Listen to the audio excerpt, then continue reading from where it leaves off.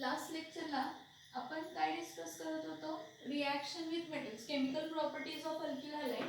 त्यामधला कोणता point discuss करत होतो, reactions with metals. Reactions with metal मध्ये आपण ग्रिग्नार्ड्स रिएजंट ही रिॲक्शन बघत होतो. कोणती रिॲक्शन बघत होतो? ग्रिग्नार्ड्स रिएजंट ही रिॲक्शन बघत होतो. आणि ग्रिग्नार्ड्स रिएजंट ह्या रिॲक्शन मध्ये आपण काय म्हटलं की अल्किल हॅलाइड जो आहे तो मॅग्नेशियम मेटल बरोबर रिॲक्ट केलं in presence of pure and dry इथर. कोणाच्या प्रेझेन्स मध्ये? प्युअर आणि ड्राय इथरच्या प्रेझेन्स मध्ये जर रिॲक्ट केलं तर काय मिळत होतं आपल्याला? अल्किल मॅग्नेशियम काय मिळाला तर हॅलाइड मिळाला. काय मिळाला? अल्किल मॅग्नेशियम काय मिळाला तर हॅलाइड मिळाला. आणि हा अल्किल मॅग्नेशियम हॅलाइड ह्यालाच आपण काय म्हणतो? ग्रिग्नार्ड्स रिएजंट म्हणतो. ह्या अल्किल मॅग्नेशियम हॅलाइड मध्ये Mg+ असतो आणि X- असतो, म्हणून हा कोणता बॉन्ड असतो तर आयोनिक बॉन्ड असतो. आयोनिक बॉन्ड कॅरेक्टर असतो म्हणजे आयोनिक बॉन्ड कॅरेक्टर दाखवतो. आणि हा इथं कार्बन असतं आणि इथं मॅग्नेशियम असतं. तर मॅग्नेशियम पार्शियल प्लस इलेक्ट्रोपॉझिटिव्ह असतं आणि कार्बन इलेक्ट्रोनेगेटिव्ह म्हणून पार्शियल मायनस असतं. तर ह्या दोघांमध्ये कोणता असतो तर पोलार कोव्हॅलेंट नेचर असतो. कोणता नेचर असतो? पोलार कोव्हॅलेंट नेचर असतो, कॅरेक्टर असतो. त्यामुळे ह्याच्यामध्ये आयोनिक बॉन्ड कॅरेक्टर पण आहे आणि पोलार कोव्हॅलेंट कॅरेक्टर पण आहे. त्यामुळे हा कसा बिहेव करतो? हा ऑर्गॅनिक कंपाऊंड्स बरोबर ही रिॲक्ट करतो आणि इनऑर्गॅनिक कंपाऊंड्स बरोबर ही रिॲक्ट करतो. आता हा जो आहे Grignard's reagent, Grignard's reagent is unstable in presence of water. Is unstable in presence of water. ह्याचं मीनिंग काय आहे? ह्याचं मीनिंग काय आहे? इफ ग्रिग्नार्ड्स रिएजंट, Gr म्हणजे ग्रिग्नार्ड्स रिएजंट आहे. If Grignard's reagent comes in contact with small amount of moisture, जर Grignard's reagent काय झाला? कॉन्टॅक्ट मध्ये आला मॉइश्चरच्या, तर when it comes in contact with a small amount of moisture, it decomposes and gives alkane. It decomposes and gives alkane. का? तर मी तुम्हाला पहिलाच म्हटलं की ग्रिग्नार्ड्स रिएजंट जो आहे तो हायली रिॲक्टिव्ह असल्यामुळे तो काय करतो?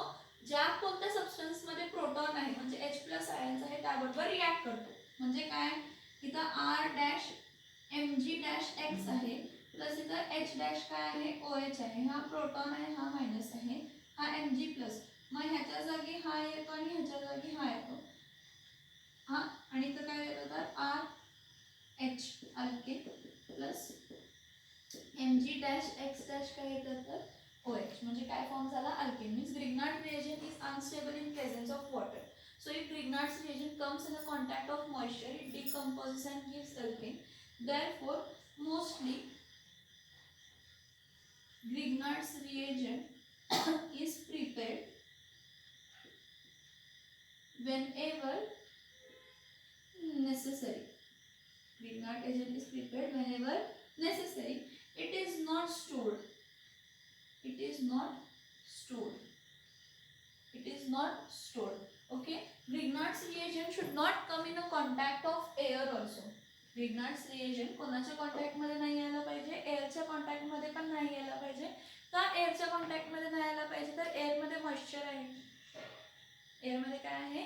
मॉइश्चर आहे आणि मॉइश्चर बरोबर तो रिॲक्ट करणार आणि डिकम्पोज होणार आणि काय देणार आहे तर अल्केन देणार आहे. त्यामुळे mostly Grignard reagent is prepared whenever necessary. It is not stored. म्हणजे बनवून आपण त्याला स्टोअर करत नाही. With the help of Grignard's reagent, we can prepare alcohol, we can prepare aldehydes, we can prepare ketones, we can prepare carboxylic acid, we can prepare aldoxymes, ketoxymes. Okay. खूप सारे reactions आहेत जिथे आपण काय use करतो तर Grignard's reagent काय करत असतो तर ग्रिग्नार्ड्स रिएजंट यूज करत असतो. काय करत असतो? ग्रिग्नार्ड्स रिएजंट आपण काय करत असतो तर यूज करत असतो. हा पॉइंट समजला का सांगा? हा पॉइंट समजला का सांगा? This was the last point which we were discussing in the last lecture. Grignard's रिएजंटचं प्रिपरेशन आणि त्याचे सगळे फ्लॉज ड्रॉबॅक्स जे काय असतील ते हे पार्ट समजलं का सांगा. हा झाला की आपण आता nature of C' bond in hello arenes बघायचं आहे. हे समजलं का बघा. Grignard's reagent is unstable in water. If Grignard's reagent comes in contact with a small amount of moisture, it decomposes to alkane. Why? Because it is having an ability to replace with proton. कोणत्याही proton बरोबर तो easily आपला magnesium halide group काय करतो तर replace करत असतो. काय करत असतो? रिप्लेस करत असतो. So mostly Grignard reagent is prepared whenever necessary. It is not prepared and stored. त्याला प्रिपेअर करून आपण स्टोर करत नाही. हा पॉईंट समजला का? Last but not the least एक अनेक पॉइंट इथं फक्त लक्षात घ्या की ग्रिग्नार्ड्स रिएजंट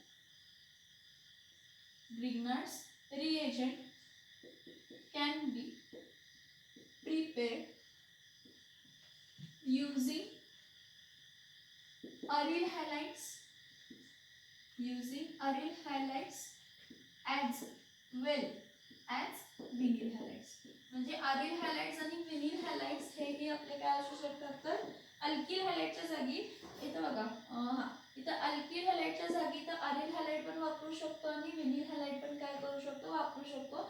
तो आपला ग्रिग्नार्ड्स रिएजंटच देणार आणि ग्रिग्नार्ड्स रिएजंट सारखंच काम करणार. म्हणजे it is highly reactive compound. It is unstable in presence of water.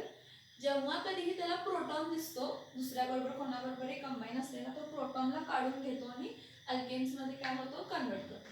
कशामध्ये कन्वर्ट करतो? अल्केन्समध्ये कन्वर्ट करतो. इथंपर्यंत आपण काय बघितले? केमिकल प्रॉपर्टीज ऑफ काय बघितले? Alkyl halide. काय बघितले आपण? केमिकल प्रॉपर्टीज ऑफ काय बघितले तर अल्किल हॅलाइड बघितले. काय काय होते केमिकल प्रॉपर्टीज ऑफ अल्किल हॅलाइडमध्ये? Nucleophilic substitution reaction.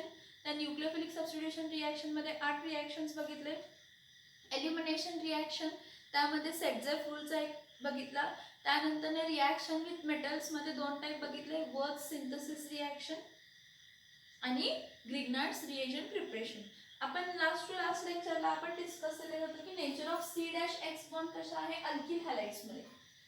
Alkyl हॅलाइड्समध्ये C' bond कसा आहे तसा सगळ्यात पहिला आपण काय करायचं की डिस्कस करायचं की aryl हॅलाइडमध्ये जो C' बॉन्ड आहे तो कसा आहे. तर आपण प्रिपरेशन्स बघितलेत. कशाचे प्रिपरेशन्स बघितलेत? aryl हॅलाइडचे प्रिपरेशन्स बघितलेले आहेत. बाय इलेक्ट्रोफिलिक सबस्टिट्यूशन रिॲक्शन आणि सँडमेयर्स रिॲक्शन्स. हे 2 आपण रिॲक्शन्स बघितलेले आहेत. प्रिपरेशन मेथड बघितलेले आहेत आपण त्यामध्ये. आता आपण काय बघायचं? Nature of C' bond in aryl halide. कारण हा पॉइंट जर समजला तरच आपण त्याला त्याची रिॲक्टिव्हिटी काय आहे कशी आहे आणि का आहे हे सगळे पॉइंट्स काय करू शकतो तर जाणून घेऊ शकतो.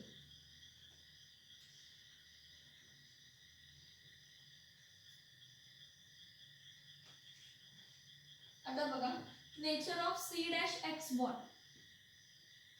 Nature of C' bond in aryl halide. ह्यासाठी एक बघा इथे लक्षात एक मी रेझोनेटिंग स्ट्रक्चर काढते. हा हॅलोजन आहे. हॅलो आर्यन आहे. हा कोण आहे? हॅलो आर्यन आहे. इथं हॅलोजन आहे. हॅलोजनला लोन पेअर ऑफ इलेक्ट्रॉन किती असतात? 3 असतात. काय असतं? हॅलोजन हा काय आहे? इलेक्ट्रॉन डोनेटिंग ग्रुप आहे. हा जो हॅलोजन आहे ह्याच्याकडे लोन पेअर ऑफ इलेक्ट्रॉन्स आहेत म्हणून हा काय आहे? इलेक्ट्रॉन डोनेटिंग ग्रुप आहे. इलेक्ट्रॉन डोनेटिंग ग्रुप असल्यामुळे हा बॉन्ड इथं काय झाला? शिफ्ट. जेव्हा हा लोन बॉन्ड म्हणजे लोन पेअर, हा लोन पेअर इथं कशामध्ये कन्वर्ट होतो? बॉन्ड पेअरमध्ये कन्वर्ट होतो. आणि हा जो बॉन्ड पेअर आहे तो कशामध्ये कन्वर्ट होतो तर लोन पेअरमध्ये. म्हणजे नेक्स्ट रेझोनेटिंग स्ट्रक्चर मला मिळताना काय मिळणार आहे? सगळं रेझोनेटिंग स्ट्रक्चरवरच आहे म्हणून मी मला सांगते. तर एक्स आहे इथं आता ह्याने इलेक्ट्रॉन दिले स्वतःचा एक दिला त्यांना एक्स्ट्राचा. कारण हे 2 आहेत ना दोन्ही हॅलोजनचे होते. त्यातला एक तो आहे तो कार्बनला मिळाला. हा कार्बनला मिळाला म्हणून हॅलोजनवरती काय येणार आहे? Plus charge. इथं चार्ज काय येणार आहे? मायनस. परत आहे तसा स्ट्रक्चर दिला. ठीक आहे. हा आता हा मी म्हटला हा जो लोन पेअर होता हा कशामध्ये कन्वर्ट झाला? Bond pair. म्हणजे यांची कार्बन आणि हॅलोजनमध्ये हॅलो आर्यन्स रेझोनेटिंग जो बेन्झीन रिंग असते ते रेझोनेटिंग असते. त्यामुळे ह्याला पार्शियल डबल बॉन्ड कॅरेक्टर असतो. कशामध्ये? C आणि C' बॉन्डमध्ये. त्याच्यामध्ये C-X bond in aryl halide have partial कसला partial double bond character due to resonance इथं आता पुढे काय होणार आहे परत हा जो आहे बॉन्ड हा जो लोन पेअर आहे तर कशामध्ये कन्वर्ट होणार आहे बॉन्ड पेअर आणि हा जो बॉन्ड पेअर आहे तो कशामध्ये कन्वर्ट होणार आहे लोन पेअर म्हणजे इथे स्ट्रक्चर काय होणार आहे एक्स इथं डबल बॉन्ड एक्स ह्यावर चार्ज काय आला प्लस हा इथं क्रिएट झाला हे बघा हा जो लोन ऍक्च्युली हा असं लोन पेअर आहे निगेटिव्ह चार्ज आलाय म्हणजे काय आलाय तिथं इलेक्ट्रॉन्स जास्त आले कारण हा जो बॉन्ड पेअर होता हा कशामध्ये कन्वर्ट झाला लोन पेअर मध्ये तेव्हा इलेक्ट्रॉन्स इथं जास्त झाले म्हणजे ह्या पोझिशनला इलेक्ट्रॉनची डेन्सिटी वाढली मग हा परत रेझोनन्स असल्यामुळे हा लोन पेअर परत कशामध्ये कन्वर्ट झाला बॉन्ड पेअर आणि हा बॉन्ड पेअर कशामध्ये कन्वर्ट झाला तर लोन पेअर हे बघा बॉन्ड पेअर कशामध्ये कन्वर्ट झाला लोन परत इथं बॉन्ड आहे ठीक आहे परत हा जो नेगेटिव्ह लोन पेअर आहे हा लोन पेअर जो आहे हा लोन पेअर कशामध्ये कन्वर्ट होतो बॉन्ड पेअर आणि हा बॉन्ड पेअर कशामध्ये कन्वर्ट होतो लोन म्हणजे इथं काय होणार आहे हा इथं आला हा बॉन्ड इथं आला हा डबल बॉन्ड आहे चार्ज करायला प्लस परत आता हा जो लोन पेअर आहे हा कशामध्ये कन्वर्ट होणार बॉन्ड पेअर आणि हा बॉन्ड पेअर कशामध्ये कन्वर्ट होणार तर लोन पेअर म्हणजे परत आपल्याला स्ट्रक्चर घेताना काय होणार आहे बघा लोन पेअर बॉन्ड पेअर म्हणजे हा इथं बॉन्ड आहे तसा ड्रॉ करायचा हा इथं आहे तसा बॉन्ड ड्रॉ करा हा वाला बॉन्ड आहे तसा ड्रॉ करा हा आता काय झालंय हा लोन पेअर कशामध्ये कन्वर्ट झाला बॉन्ड पेअर म्हणजे इथं बॉन्ड झाला ठीक आहे हा इथं बॉन्ड पेअर क्रिएट झाला आणि हा एक्स सिंगल बॉन्ड इथे इथे इथे परत सांगा मला हा बॉन्ड पेअर जो होता तो कशामध्ये कन्वर्ट झाला लोन पेअर हा रेझोनेटिंग स्ट्रक्चर आहे कसलं स्ट्रक्चर आहे रेझोनेटिंग स्ट्रक्चर हा पहिला स्ट्रक्चर आहे आणि हा एंडचा स्ट्रक्चर आहे आणि जेव्हा ह्यामध्ये रेझोनन्स होतंय तेव्हा बॉन्ड फक्त काय होतात शिफ्ट होतात हा बॉन्ड बघा हा बॉन्ड इथं शिफ्ट झाला आहे हा आणि हा जर कम्पेअर केला ह्या आणि ह्यामध्ये कम्पेअर केला तर हा बॉन्ड इथं शिफ्ट झाला आहे बघा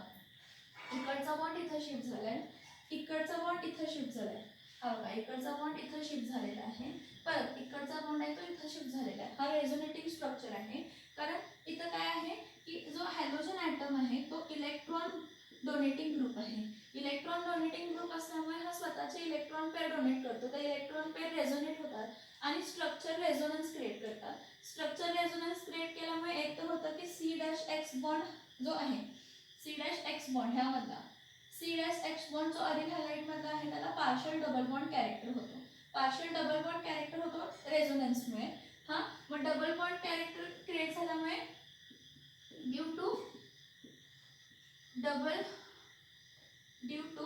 double bond character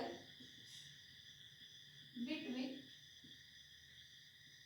C-X bond length increases and bond length increases therefore bond length increase नाही bond length काय होते डिक्रीज होते बॉन्ड लेंथ डिक्रीज होते कारण बघा कार्बन सिंगल बॉन्ड एक्स असेल तर त्यामधली बॉन्ड लेंथ आणि कार्बन डबल बॉन्ड एक्स असेल तर त्यामधली बॉन्ड लेंथ जेव्हा जास्त बॉन्ड तेव्हा दोन ॲटम्स मधली डिस्टन्स कमी होतं जेवढे जास्त बॉन्ड येतात तेवढी जास्त डिस्टन्स काय होत जाते तर कमी होत जाते मग ह्या केसमध्ये काय होणार आहे जेव्हा डबल बॉन्ड कॅरेक्टर आला तर ह्याची बॉन्ड लेंथ काय होते कमी होते जर बॉन्ड लेंथ कमी होत असेल तर बॉन्ड स्ट्रेंथ काय होते इन्क्रीज होते बॉन्ड स्ट्रेंथ काय होते इन्क्रीज होते काय होते बॉन्ड स्ट्रेंथ काय होते इन्क्रीज बघा काय काय म्हटलं की रेझोनेटिंग स्ट्रक्चरमुळे C-X बॉन्ड हा जो कार्बन आहे हा जो कार्बन आहे त्या कार्बन आणि हॅलोजन मध्ये काय येतं तर डबल बॉन्ड कॅरेक्टर आल्यामुळे त्यांची बॉन्ड लेंथ कमी होते बॉन्ड लेंथ कमी झाल्यामुळे बॉन्ड स्ट्रेंथ काय होते इन्क्रीज होते आणि बॉन्ड स्ट्रेंथ इन्क्रीज झाल्यामुळे C-X bond does not break easily. C dash X bond does not break easily. C dash X bond does not break easily म्हणजे हा जो बॉन्ड आहे हा ब्रेक होत नाही इझिली. हा जर बॉन्ड ब्रेक होत नसेल तर हा न्यूक्लियोफाइल आहे. हॅलोजन काय आहे? न्यूक्लियोफाइल आहे. तर हॅलोजन हा easily C dash X bond aryl halide मधला न्यूक्लियोफिलिक सबस्टिट्यूशन रिएक्शन इझिली दाखवणार नाही. काय म्हणते? न्यूक्लियोफिलिक सबस्टिट्यूशन रिएक्शन हा C dash X bond X halogen आहे बघा, C आणि X ची बॉन्ड लेंथ कमी झाली. बॉन्ड लेंथ कमी झाल्यामुळे बॉन्ड स्ट्रेंथ वाढली. बॉन्ड स्ट्रेंथ वाढली म्हणजे दोघं एक दुसऱ्याला घट्ट पकडून आहेत. एक दुसऱ्याला घट्ट पकडून असल्यामुळे काय होणार आहे? बॉन्ड लेंथ काय झाली? कमी झाली. बॉन्ड स्ट्रेंथ काय झाली? वाढली. आणि बॉन्ड स्ट्रेंथ जर वाढत असेल तर त्या बॉन्डची रिएक्टिव्हिटी काय होते? कमी होते. So due to increase in bond strength increases. Bond strength काय होते? Increases. Due to bond strength increase, there is decrease in the reactivity of C dash X bond in aryl halide. मग कोण मोर रिएक्टिव्ह असतो? C dash X bond alkyl halide मधला जास्त reactive असतो as compared to C dash X bond aryl halide मधला. का? तर aryl halide मध्ये रेझोनेटिंग स्ट्रक्चर मध्ये आपल्याला असं दिसतं की C डॅश X मध्ये डबल बॉन्ड कॅरेक्टर येतो. डबल बॉन्ड कॅरेक्टर आल्यामुळे बॉन्ड लेंथ काय होते? कमी होते. बॉन्ड लेंथ कमी होते. बॉन्ड लेंथ कमी झाल्यामुळे बॉन्ड स्ट्रेंथ काय होते? वाढते. बॉन्ड स्ट्रेंथ वाढते म्हणजे दोघं एक दुसऱ्याला एकदम चिटकून म्हणजे काय म्हणतात? फोर्स ऑफ अट्रॅक्शन वाढतो.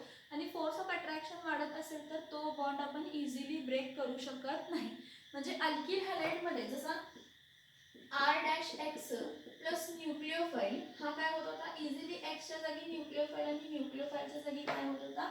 X येत होता. आणि आपल्याला काय मिळत होतं? R nucleophile plus X minus. ही जी रिएक्शन इझिली कशामध्ये होत होती? अल्किल हॅलाइड्स मध्ये इझिली होते. Alkyl halides undergo easily nucleophilic substitution reaction. Undergo easily nucleophilic substitution reaction, but R dash X plus nucleophile he reaction easily होत नाही. The reaction takes place under drastic condition. म्हणजे इथं normal conditions लागत होते, पण जर aril halide मधला जर हा X आणि बॉन्ड ब्रेक करून इथं न्यूक्लियोफाइल आणि न्यूक्लियोफाइलच्या जागी हॅलाइड आणायचं असेल तर अंडर ड्रास्टिक कंडिशन रिएक्शन होते आणि आपल्याला AR डॅश NU प्लस काय मिळतं? X minus. पण हे ड्रास्टिक कंडिशन्स म्हणजे काय आहे? ड्रास्टिक कंडिशन्स म्हणजे काय आहे? म्हणजे drastic condition is high temperature, high pressure,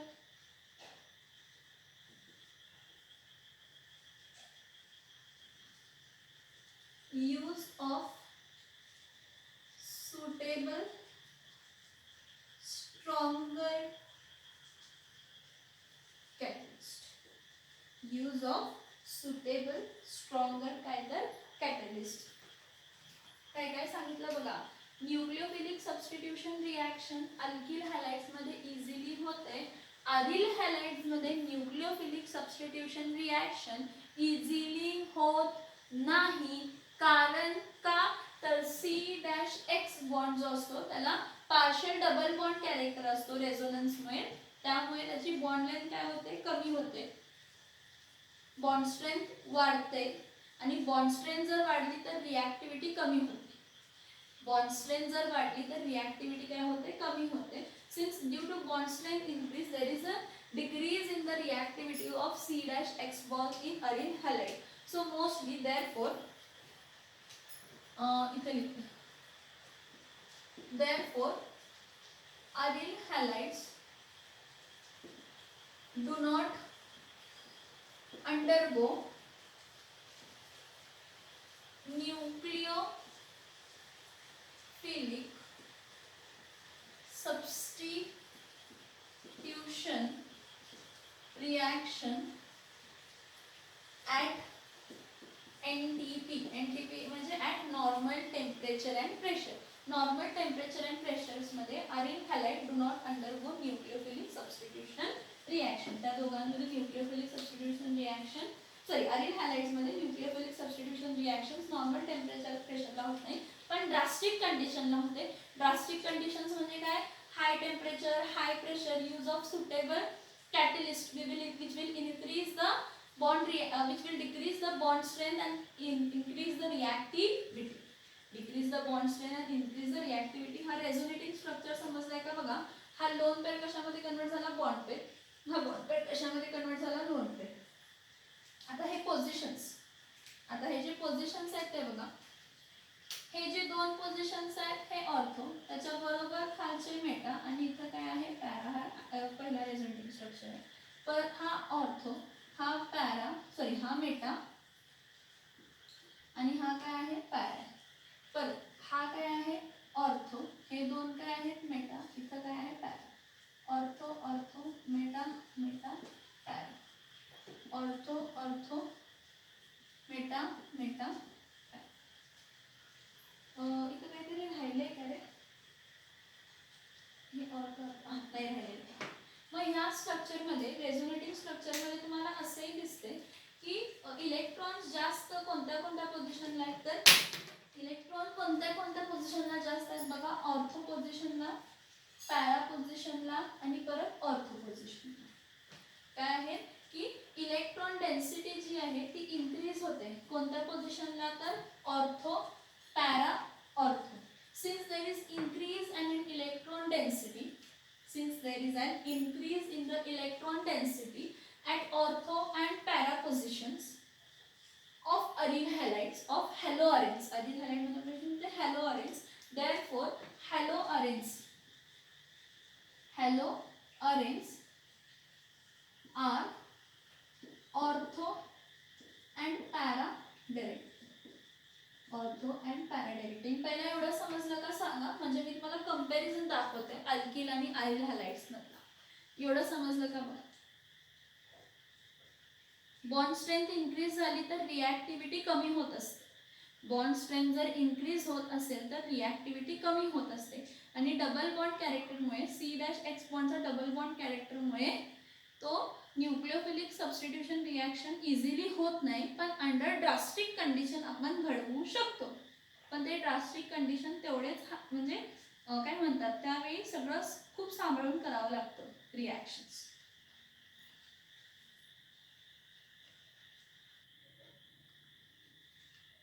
okay, आता इथं काय करूया? कंपॅरिझन करूया. इथे लिहितो कंपॅरिझन. मी मुद्दाम म्हणून रेझोनेटिंग स्ट्रक्चर ठेवलाय. कंपॅरिझन करूया अल्किल हॅलाइड्स आणि अरिल हॅलाइड मधल्या कॅरेक्टर्सचं. अल्किल हॅलाइड आणि अरिल हॅलाइड ह्या कॅरेक्टर्स मधलं कंपॅरिझन करूया. एक लक्षात ठेवा की अल्किल हॅलाइड मध्ये जो C'(X) बॉन्ड असतो त्यातला कार्बन sp3 हायब्रिडाइज्ड असतो. कसा असतो? sp3 हायब्रिडाइज्ड असतो. sp3 हायब्रिडाइज्ड असतो म्हणजे s कॅरेक्टर कमी. s कॅरेक्टर असतो कमी असतो. p कॅरेक्टर काय असतो? जास्त असतो. p कॅरेक्टर मोर असतो. त्यामुळे ह्यामध्ये अल्किल हॅलाइड मध्ये partial plus partial minus polarity जी असते polarity is more in alkyl halides. तो जर इथं बघितला अरिल हॅलाइड्स मध्ये C'(X) बॉन्ड मध्ये हा पार्शियल प्लस असेल, हा पार्शियल मायनस असेल, पण रेझोनेटिंग स्ट्रक्चरच्या वेळी हे काय होणार आहे? रेझोनेटिंग स्ट्रक्चरच्या वेळी ह्याची बॉन्ड लेंथ कमी होणार आहे. बॉन्ड लेंथ कमी झाल्यामुळे बॉन्ड स्ट्रेंथ वाढणार आहे. ओके, आणि हा जो कार्बन असतो हा sp2 हायब्रिडाइज्ड असतो. कसला असतो? sp2 हायब्रिडाइज्ड असतो. अरिल हॅलाइड मधला C'(X) बॉन्ड मधला जो कार्बन असतो म्हणजे हा इथला जो कार्बन आहे ना, हा कार्बन sp2 हायब्रिडाइज्ड आहे, कारण कंटिन्युअसली त्याला पाय बॉन्ड येणारच आहे. कधी तर त्याला पाय बॉन्ड येणार म्हणजे येणार. बघा हे स्ट्रक्चर मध्ये बघा, इथं पण pi bond character double bond आहे, इथं पण डबल बॉन्ड आहे, इथं पण डबल बॉन्ड आहे, इथं पण डबल बॉन्ड आहे, इथं पण डबल बॉन्ड आहे. इथं वरती 3 केसेस मध्ये डबल बॉन्ड आहे, तर खाली एकदा डबल बॉन्ड आहे, इथं ह्या साईडला एक डबल बॉन्ड आहे. म्हणजे तो कार्बन जो आहे तो sp2 हायब्रिडाइज्ड आहे. sp2 हायब्रिडाइज्ड असल्यामुळे s character is more than alkyl halides and p character is less than alkyl halide. मग s कॅरेक्टर मोर असेल आणि p कॅरेक्टर लेस असेल तर पोलॅरिटी काय असते, कमी असते. Polarity is what, less. हा, त्यामुळे इथं हा alkyl halide no resonating structure, no resonating structure, therefore bond length is more between C-X bond. Bond length काय असते, जास्त असते C-X बॉन्ड मध्ये. इथं काय असतो, रेझोनेटिंग स्ट्रक्चर असतो. काय असतो, रेझोनेटिंग काय असतं, स्ट्रक्चर असतं. Resonating structure bond strength more, bond strength काय असते, जास्त. Bond strength more, bond strength more, bond strength more and bond length less between C-X bond in aryl halide. in aryl halide. ह्यामध्ये आणि थोडे खूप सारे कॅरेक्टर्स आहेत, पण एवढे इम्पॉर्टंट कॅरेक्टर्स आहेत हे लक्षात ठेवा. आणि इथं डबल बॉन्ड कॅरेक्टर असल्यामुळे एक लक्षात घ्या की polarity is directly proportional to reactivity. Polarity is directly proportional to what, reactivity. Polarity directly proportional कोणाला आहे, रिॲक्टिव्हिटीला आहे. मग पोलॅरिटी जर डायरेक्टली प्रपोर्शनल रिॲक्टिव्हिटीला आहे तर अल्किल हॅलाइड्स मध्ये पोलॅरिटी जास्त आहे आणि अरिल हॅलाइड्स मध्ये पोलॅरिटी काय आहे, लेस आहे. therefore alkyl halides are more reactive. Alkyl halides are more reactive and aryl halides are less reactive. समजते का बघा, polarity is directly proportional to reactivity. Polarity directly proportional to reactivity असल्यामुळे ज्याची पोलॅरिटी जास्त त्याची रिॲक्टिव्हिटी जास्त. म्हणजे alkyl halides are more reactive as compared to what, aryl halides. Aryl halides पेक्षा अल्किल हॅलाइड्स हे काय असतात, जास्त रिॲक्टिव्ह असतात. ओके ना. Alkyl halides easily undergo, alkyl halides easily undergo nucleophilic substitution reaction. Alkyl halides easily undergo nucleophilic substitution reaction, कारण त्यामध्ये bond length जास्त आहे, बॉन्ड स्ट्रेंथ कमी आहे, डबल बॉन्ड कॅरेक्टर नाही आहे, एस कॅरेक्टर कमी आहे, पी कॅरेक्टर काय आहे, जास्त आहे, पोलॅरिटी जास्त आहे. Polarity is directly proportional to reactivity. So alkyl halides undergo easily nucleophilic substitution reaction, but aryl हॅलाइड्स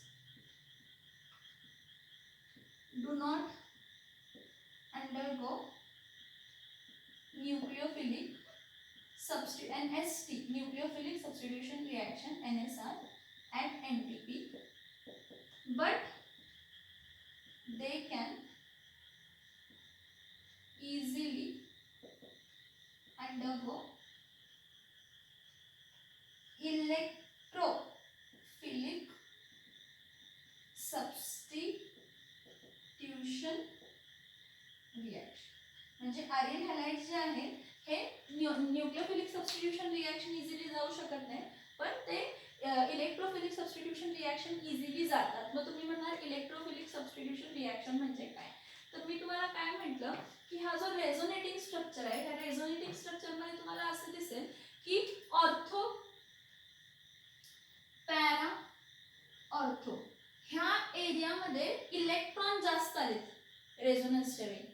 म्हणजे द इलेक्ट्रॉन डेन्सिटी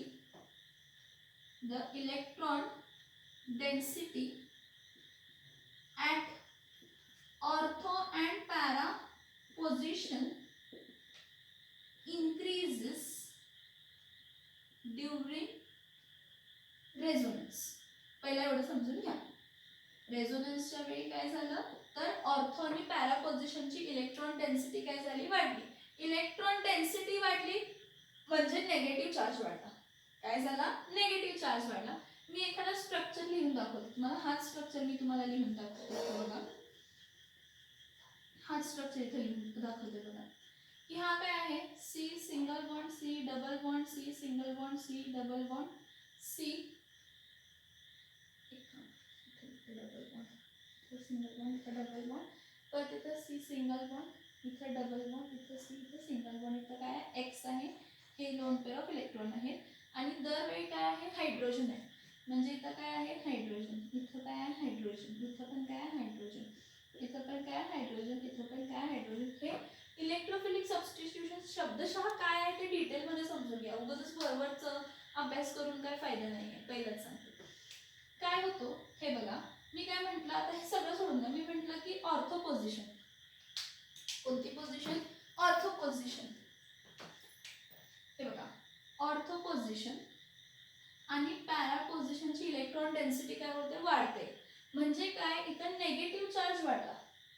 इथं नेगेटिव्ह चार्ज वाढला. हे बघा इथं नेगेटिव्ह चार्ज वाढला. नेगेटिव्ह चार्ज वाढला म्हणजे नेगेटिव्ह पॉझिटिव्ह ना.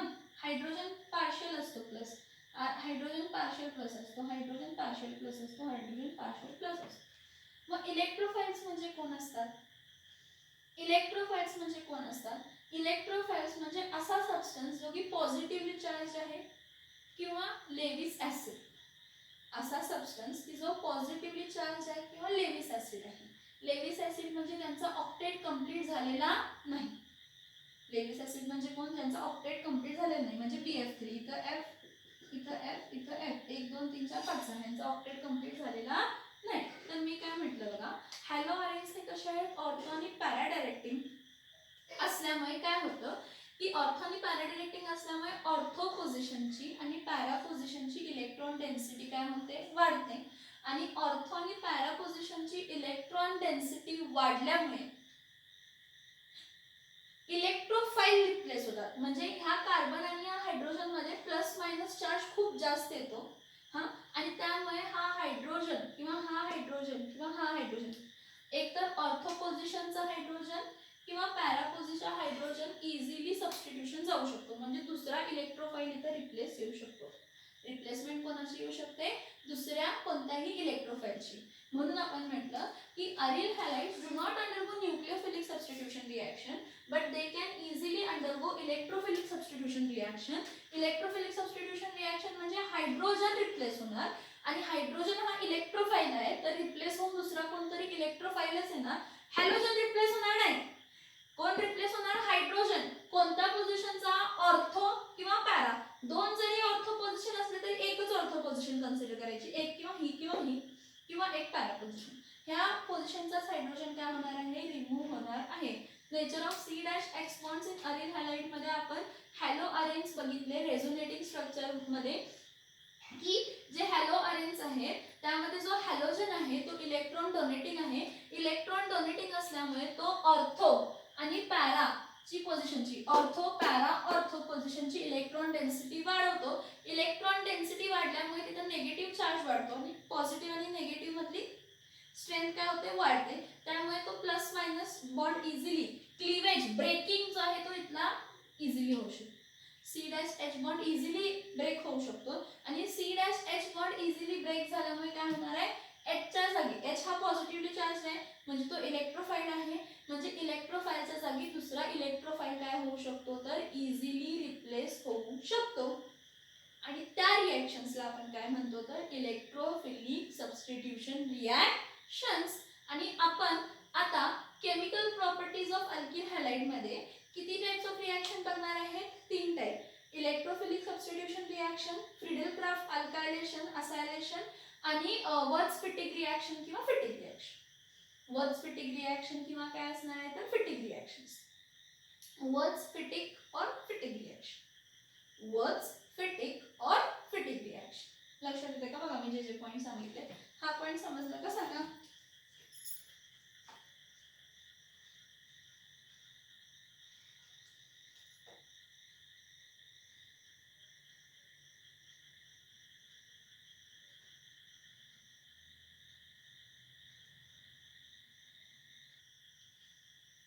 ओके, आता आपण chemical properties of aryl halide मध्ये सगळ्यात पहिला बघूया electrophilic substitution reaction.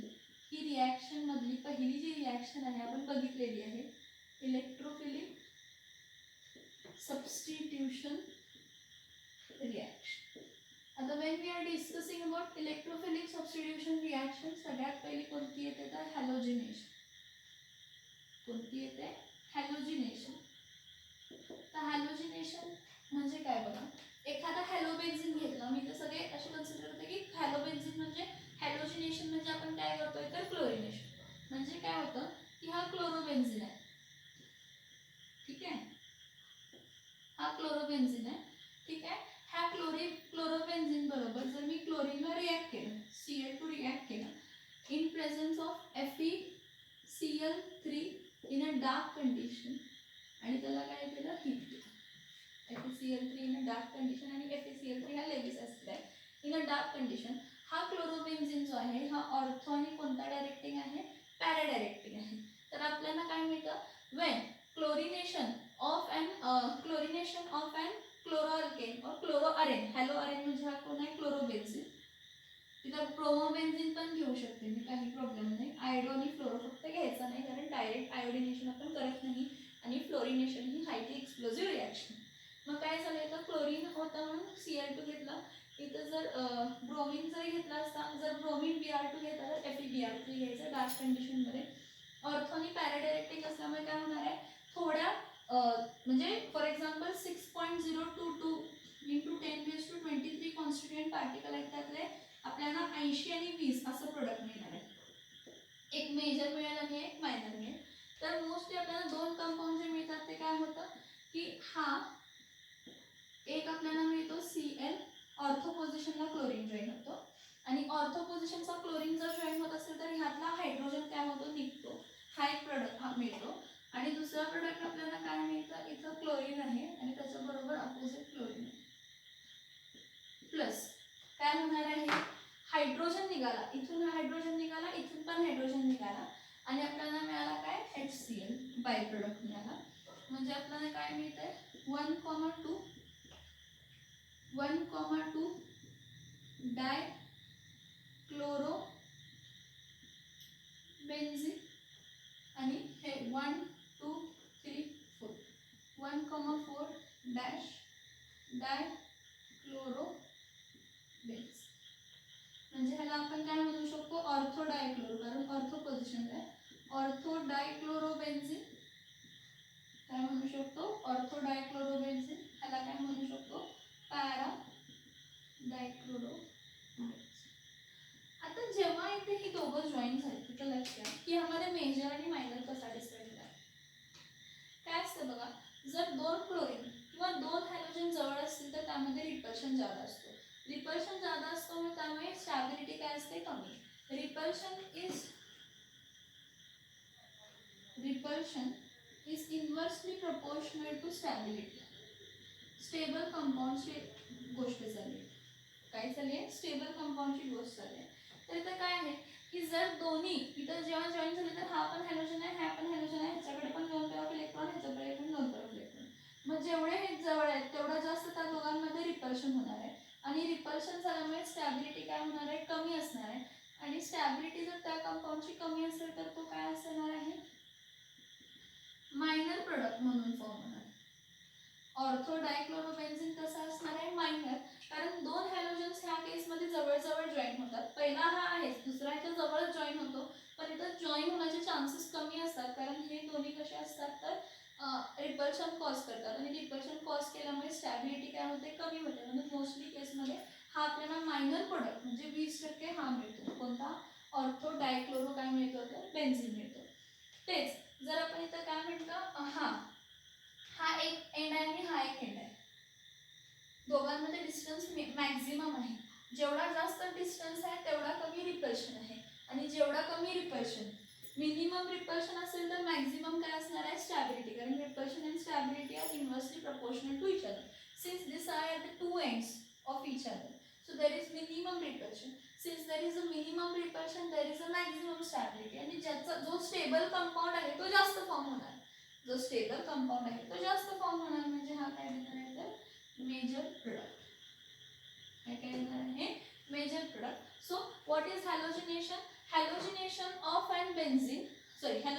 of chlorobenzene states that whenever an chlorobenzene is treated with chlorine in presence of FeCl3 dark condition and heated, we get a mixture of orthodichlorobenzene and paradichlorobenzene. But paradichlorobenzene is a major product. Why? Because the two chlorines are having distance from each other and there is a minimum repulsion and maximum stability. But in ortho condition, the two comes near to each other. Since the two comes near to each other, then there will be maximum repulsion and minimal stability. मग कधी पण जो जास्त stable आहे तो जास्त form होत असतो. त्यामुळे मेजर प्रोडक्ट तुम्हाला काय मिळणार आहे तर 1,4 डायक्लोरोबेन्झीन म्हणजे पॅरा. यापुढे सगळ्या कंडिशन्सला लक्षात ठेवा, यापुढे सगळ्या कंडिशन्सला लक्षात ठेवा की पॅरा पोझिशन ओरिएंटिंग इलेक्ट्रोफाइल. तुम्ही म्हणा आता इलेक्ट्रोफाइल क्लोरीन कसं झाला हा प्रश्न मला माहिती आहे. पॅरा इलेक्ट्रोफाइल जो काय असेल तो मेजर असणार आहे कारण तो मिनिमम रिपल्शन देतो, आणि ऑर्थो जो असणार आहे तो काय असणार आहे, मायनर असणार आहे कारण तो मॅक्झिमम रिपल्शन देतो. हा CF आपण लिहितो ना तर असं फक्त आपण गृहीत धरतो की एका क्लोरीनला दोन्ही इलेक्ट्रॉन स्वतःच्याकडे ओढले असं कन्सिडर केलं, आणि त्यामुळे हा क्लोरीन आयन झाला आणि हा Cl मायनस आयन झाला. अटॅक करताना कोण अटॅक करणार आहे, इलेक्ट्रोफाइल जो पॉझिटिव्हली चार्ज आहे. जो पॉझिटिव्हली चार्ज आहे काय होणार आहे, 6.022 × 10⁻23 क्लोरोबेन्झीन मॉलिक्युल्स आहेत. त्यामध्ये 80% पॅरा पोझिशनला क्लोरीन हायड्रोजन रिप्लेस करणार आणि 20% ऑर्थो पोझिशन्सला क्लोरीन हायड्रोजन काय करणार आहे, रिप्लेस करणार. म्हणजे 20% इकडचे हायड्रोजन निघाले आणि क्लोरीन आले, हायड्रोजन निघून क्लोरीन आला, आणि 80% इथला हायड्रोजन निघून काय आला तर क्लोरीन आला. 20 आणि 80% म्हणजे किती झाले, 100%. 100% म्हणजे 1 मोल, म्हणजे 1 मोल हायड्रोजन दोन्ही मिळून रिमूव्ह झाले आणि 1 मोल क्लोरीन दोन्ही जागेला काय झाले तर ऍड झाले. दोघी प्लेसेसला काय झाले तर ऍड झाले. This is called as halogenation. This is called as halogenation. Statement काय लिहिणार आहे, halogenation is a process where an haloarine is treated with any halogens like chlorine and bromine in presence of Lewis acid like FeCl3 or FeBr3 in dark. Then the electrophilic substitution takes place and hydrogen atom at ortho and para position are replaced by halogen atom. Since there is a minimum repulsions at para direction, so we get major product as para-dichloro, para-dihalo, and minor product as ortho-dihalobenzenes. Are you understanding this? Are you understanding this?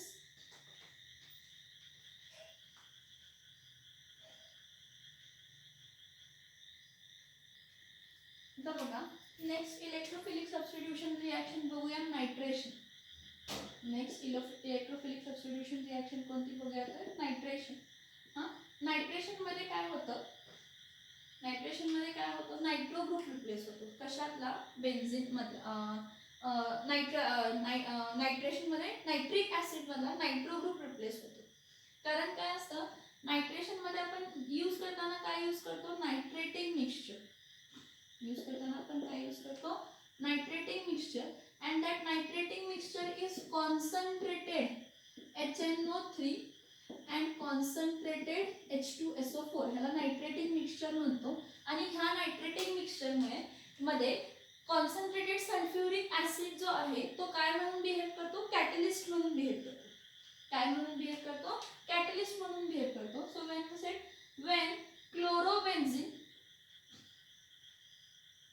when chlorobenzene is treated with nitric acid HNO3 in presence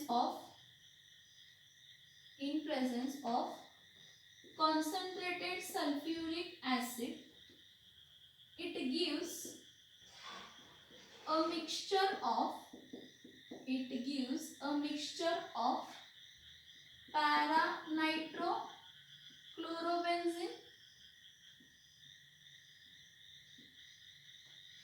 and ortho nitrochlorobenzene. para nitrochlorobenzene and ortho nitrochlorobenzene. यामध्ये para nitrochlorobenzene हा काय असणार आहे, major product असणार आहे आणि ortho नायट्रोक्लोरोबेन्झीन हा काय असणार आहे, मायनर असणार आहे. रिएक्शन कशी होते बघा, हा क्लोरोबेन्झीन आहे, हा क्लोरोबेन्झीन आहे, हा इलेक्ट्रॉन डोनेटिंग असल्यामुळे तो ऑर्थोनिक कसला डायरेक्टिंग आहे, पॅरा डायरेक्टिंग आहे. त्याला आपण कोणाच्या प्रेझेन्स मध्ये रिएक्ट केलं तर कॉन्सन्ट्रेटेड नायट्रिक ऍसिड. आता कॉन्सन्ट्रेटेड नायट्रिक ऍसिड लिहिताना OHNO2 लिहायचं. Concentrated nitric acid in presence of concentrated sulphuric acid. ह्या दोघांचा मिक्सचर जो असतो त्याला नायट्रेटिंग मिक्सचर म्हणतो. When a mixture of concentrated HNO3 and H2SO4 is called as nitrating mixture. तर काय होतं, हा OH मायनस असतो आणि NO2 काय असतो तर प्लस असतो. मग NO2 प्लस आहे म्हणजे हा इलेक्ट्रोफाइल आहे. मग इथला हायड्रोजन आणि इथला हायड्रोजन रिमूव्ह होणार. ऑर्थो आणि कोणत्या पोझिशनचा तर पॅरा पोझिशनचा. मग नायट्रो ग्रुप इथून हायड्रोजन रिप्लेस होऊन नायट्रो येणार, इथून हायड्रोजन रिप्लेस होऊन येणार. क्लोरोबेन्झीनच आहे हा. कोण आहे, क्लोरोबेन्झीन आहे. ह्या क्लोरोबेन्झीन 1 मोल आहे म्हणजे किती कॉन्स्टिट्यूएंट पार्टिकल आहेत, 6.022 × 10⁻23 कॉन्स्टिट्यूएंट पार्टिकल क्लोरोबेन्झीनचे आहेत. त्यामध्ये आपल्याला दोन कंपाऊंड मिळतात. एक मिळतो ऑर्थो नायट्रोक्लोरोबेन्झीन, ऑर्थो नायट्रोक्लोरोबेन्झीन, जो आपल्याला काय म्हणून मिळणार आहे, मायनर 20%. कारण हा पण काय म्हणतो, हा पण काय असणार आहे, ह्याच्यामध्ये नेगेटिव्ह चार्ज येणार आहे ऑक्सिजनचा. ऍक्च्युली हा असा असतो, double bond O single bond O minus अशा केस मध्ये असतो. आणि हा काय करतो, दोघांमध्ये रिपल्शन क्रिएट करतो. रिपल्शन क्रिएट केल्यामुळे स्टॅबिलिटी काय होते, कमी होते आणि रिपल्शन वाढतो. त्यामुळे स्टॅबिलिटी कमी असल्यामुळे हा कंपाऊंड काय असणार आहे, कमीच फॉर्म होणार आहे. आणि दुसरा आपल्याला मिळणार आहे, दुसरा आपल्याला कोणता मिळणार, पॅरा क्लोरो नायट्रोबेन्झीन. पॅरा नायट्रोक्लोरोबेन्झीन हा आपला काय असणार आहे, मेजर प्रोडक्ट असणार आहे. कारण काय झालं की जे दोन आता जॉईंट झाले, ह्या दोघांमध्ये डिस्टन्स काय आहे, जास्त आहे. डिस्टन्स जास्त असल्यामुळे रिपल्शन काय असणार आहे, कमी. रिपल्शन कमी असल्यामुळे स्टॅबिलिटी काय असणार आहे, जास्त असणार आहे. बाय प्रोडक्ट काय असणार आहे सांगा, OH आहे. मग OH आहे, इथून 20% हायड्रोजन निघाले आणि NO2 ग्रुप जॉईन झाले. इथून बघा, इथून 80% हायड्रोजन निघाले आणि नायट्रोजन ग्रुप काय झाला, जॉईन झाला. मी मुद्दाम तुम्हाला तसं दाखवते कारण 20 + 80 किती झाले, 100%. 100% म्हणजे 1 मोल. म्हणजे इथून काय निघाला, 100% हायड्रोजन निघाले ना, तो OH बरोबर कंबाईन होतो. So when a chlorobenzene is treated with concentrated sulfuric acid in presence of when chlorobenzene is treated with concentrated nitric acid in presence of concentrated sulfuric acid, it gives a mixture of para nitrochlorobenzene and ortho nitrochlorobenzene. Para nitrochlorobenzene is a major due to minimum repulsion, maximum stability, and ortho nitrochlorobenzene is a minor. Why again? What is the reason? Because the two groups are near to each other. This nearer causes repulsion, and maximum repulsion, minimum stability. Nitrating mixture हे सगळीकडे same असणार आहे. Nitrating mixture म्हणजे concentrated nitric acid आणि concentrated sulphuric ऍसिडचा mixture. जो nitric acid आहे तो नायट्रिक ऍसिड घेताना कसं कन्सिडर करायचा, OH-NO2, म्हणजे हा नायट्रोनियम आयन झाला, हा NO2 प्लस आहे आणि हा OH काय आहे, मायनस. हा इलेक्ट्रोफाइल 20% ऑर्थो पोझिशनला थोड्या मॉलिक्युल्सच्या 6.022 × 10⁻23 मॉलिक्युल्सच्या 20% ऑर्थो पोझिशन आणि 80% पॅरा पोझिशनला काय होणार आहे, रिप्लेस होणार आहे. काय होणार आहे, रिप्लेस होणार आहे. समजते का बघा हा पॉइंट.